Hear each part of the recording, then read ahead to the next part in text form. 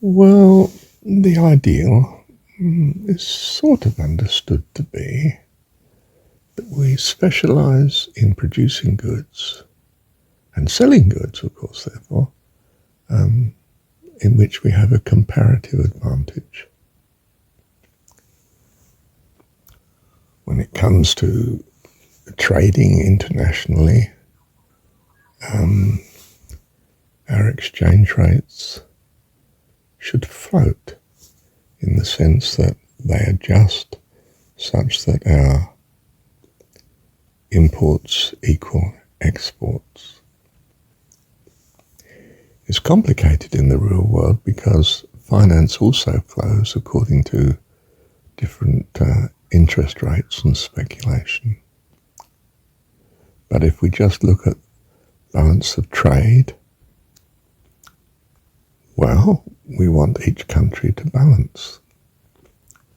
For whatever reason, if one country is running a surplus, then some other country must be running a deficit. The deficit country should protect itself. In the short run, if it's specific to one particular offender, so to speak, the deficit country should put up tariffs. This may mean that the surplus country sells its goods through other countries who buy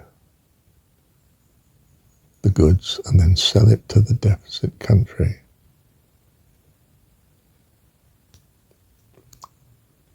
In other words, the deficit country is still in deficit because it starts to buy the same goods but at a slightly higher price through the third party. Well, that's covered by the fact that if the third party starts to be a surplus of trade, it's selling more to you than it's buying from the, let's say, China. Then you put tariffs up against them as well. Of course, any country that's faced with a tariff may respond by doing likewise.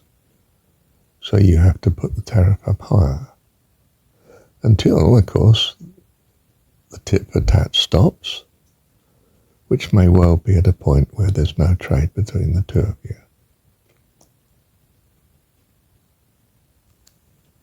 Well, of course, countries wise up to this, and they therefore join, for argument's sake, the US in its tariff policy, and refuse to run deficits with, in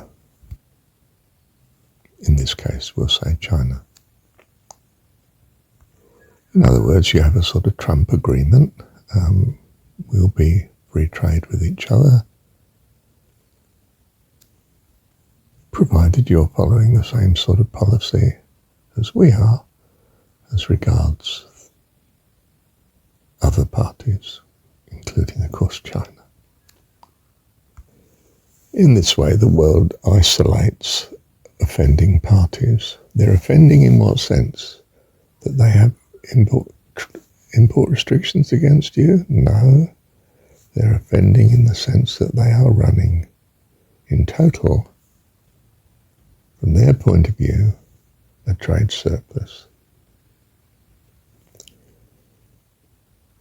In other words, vis-a-vis what is now the rest of the world, China is undervaluing its currency. And until it puts its house in order, you won't consider trade with it. So far from the United States becoming isolated and closing its doors, it's left its doors open to anyone that plays the game properly. End of story.